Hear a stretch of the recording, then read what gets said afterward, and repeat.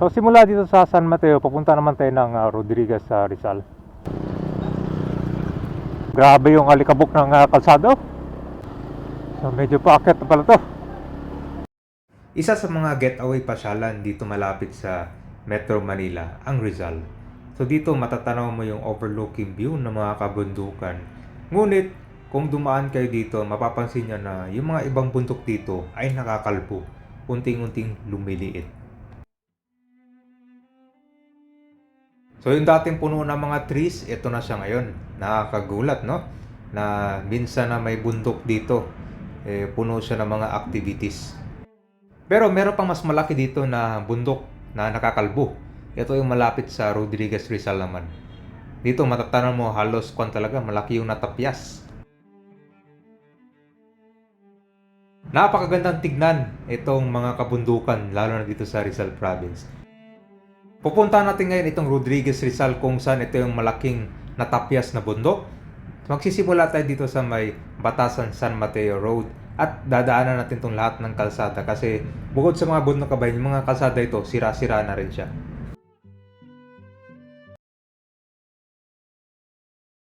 Hindi rin itong Quezon City tsaka itong San Mateo Rizal. Alright, so ito po yung kabay, Marikina River. Mag quick update lang tayo dito. Hanapin ang madaanan na. Yan, ito yung Marikina River na nagkaroon ng dredging. Magpapalagay ng mga retaining wall para kapag nagkaroon dito ng malakas na ulan at aapot ng tubig, ito ay meron ng protection. Yan, quick update muna tayo dito bago tayo pupunta doon sa Barangay San Isidro ng San Mateo Rizal. Malaki na rin pala improvement. Meron na siyang steel sheet pile. Tapos tinaasan na yung pader ay yung wall para pag tumaas yung tubig dito hindi naabutin. Puro mga kabahayan yan dyan. So napunta ko to dati aftermath nung malakas na ulan. Lubog yung mga bahay dyan. Puno ng mga putik. So ganito rin sa kabila. So ito siya, pwede pang jogging area. Pwede pang stopover nyo to dito.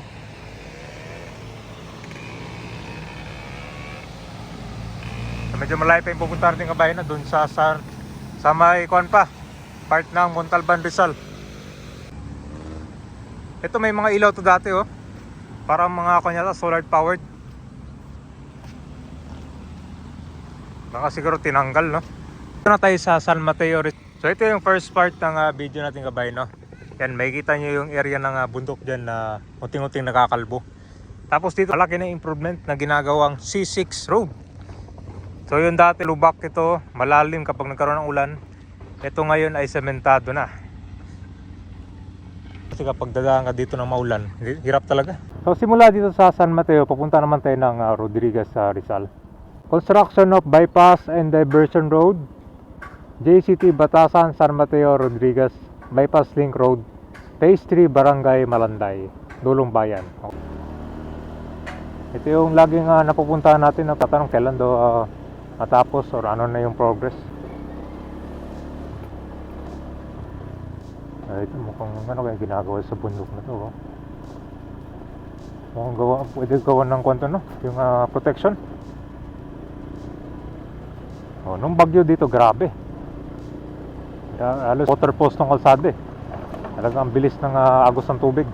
Dito pagkalabas mo, talagang mapapakarwas ka.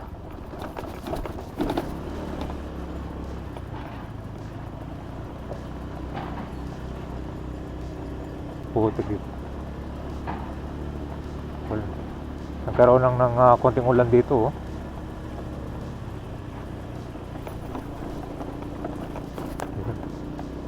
So hindi siya advisable sa mga kanto. Malilit ang sasakyan. Ang motor, okay, mabilis.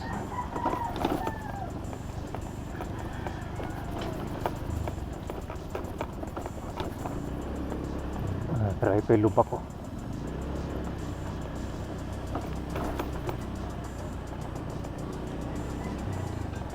So mahirap dito dumaan kapag first time. Lalo na pagpababa. Talagang mapapa-slide ka dito or madulas.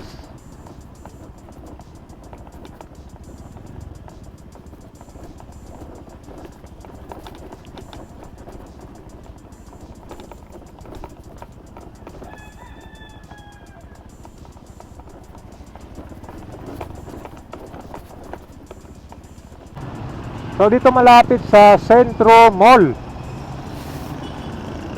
O ba yun, no? Simula dito sa Rodriguez Highway, pupunta tayo ng Mayon Avenue. Doon sa pinakadulo, papuntang Barangay San Isidro, dahil doon natin makikita itong mga kabundukan na ngunting-ngunting nakakalbo. So ito yung pinakabayanan nitong Rodriguez Rizal. Ayan. So halos marami na rin mga establishment dito. Ayan. Kasi dati nadaanan natin to, pero nag-update ng ibang project. Yan po yung sa Wawa Dam. May nagbanggit pala na malapit lang pala dito, doon sa dulo lang.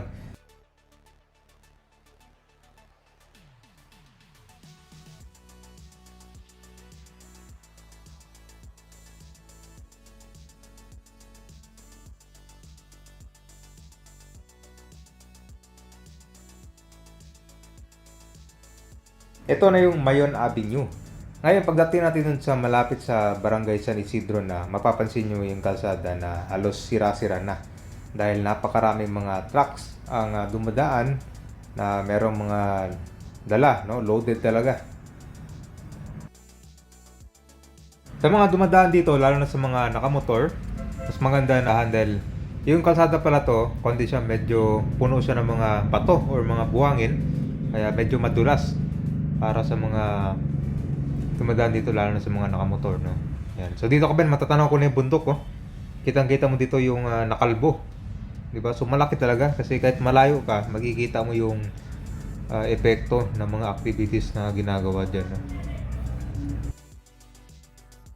Dito na tayo sa Barangay San Isidro.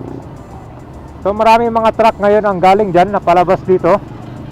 Ito naman ay ibang truck dito kabayan, yung mga garbage collector.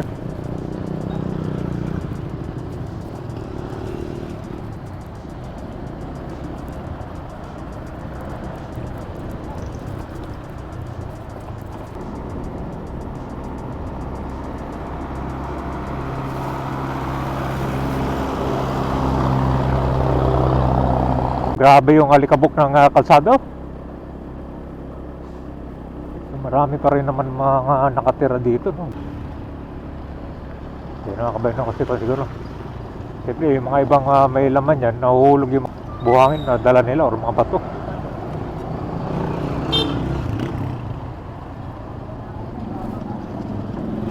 You know? Parang may kalsada na to dati, nasira lang, no? Yan, ganito nangyari kapag nabasa siya, oh. Puro putik yung kalsada. Ayun na, natatanaw ko na yung bundok dito.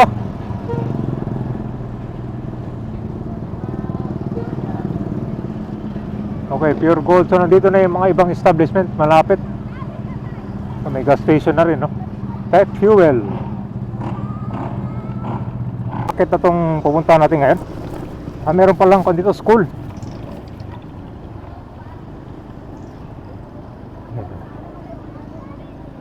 Maraming mga dito, sari-sari store. So mahirap talaga dumaan dito kasi lalo na pag motor, oh. Basang-basa yung kalsada.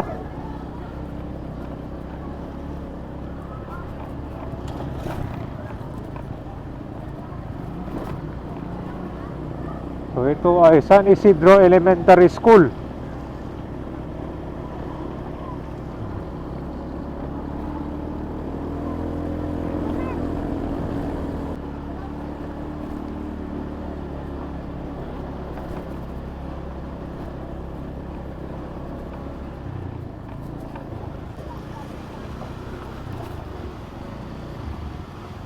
So itong nilalakar natin kabayan, sa mga nakatira dito matagal na, mga siguro 15 years ago.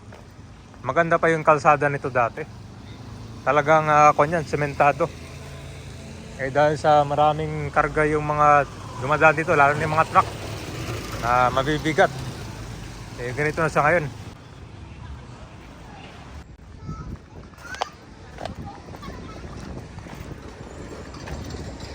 Parang ang sabi, ito ay naging imbakan.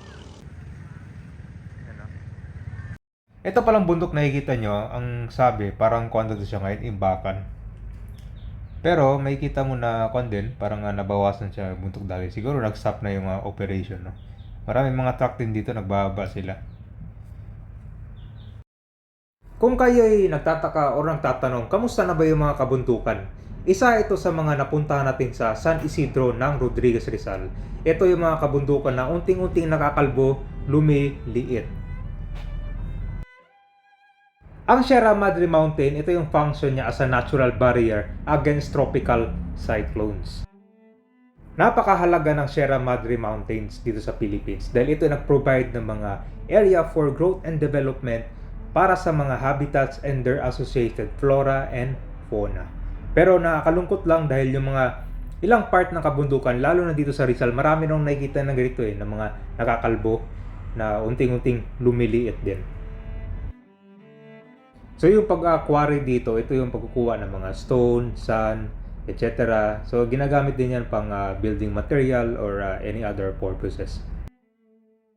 So ngayon yung mga kapit dito, nagtanong ako, yung pangamba nila na baka magkaroon ng landslide dahil yung mga ibang bundok dito syempre nabawasan na siya. May mga ilang residential din pala na malapit na nakatira dito.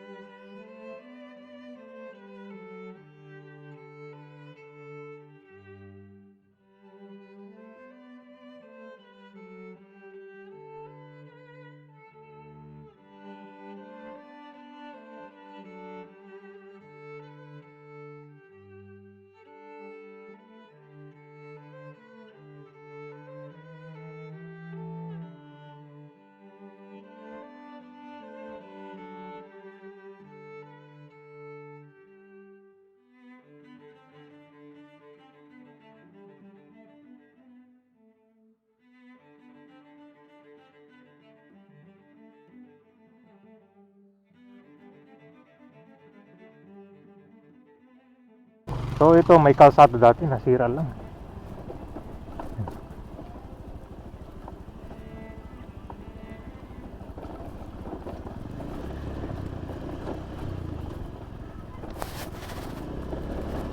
Meron pa palang daanan dito. Kaya natin sa kung nilalabasan. Malayo pa pala to.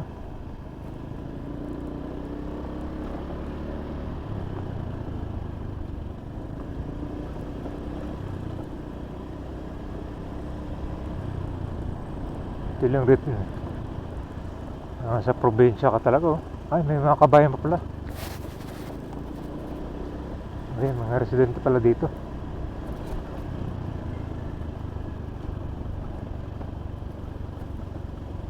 Ayun. Ito po yung Rodriguez Highway. So marami na mga commercial areas dito po yan sa Rodriguez, Rizal. So itong lugar na to, ang sikat na pinupuntahan, yung Wawa Dam. Meron ding Avilon Zoo. So kung kayo makakadan dito kabayan, makikita mo yung overlooking view ng mga bundok. Yan. So malaking purpose yung mga bundok kabayan kasi kanya nagsisilbing panangga din yan. Lalo na pag nagkaroon ng malakas na bagyo dito.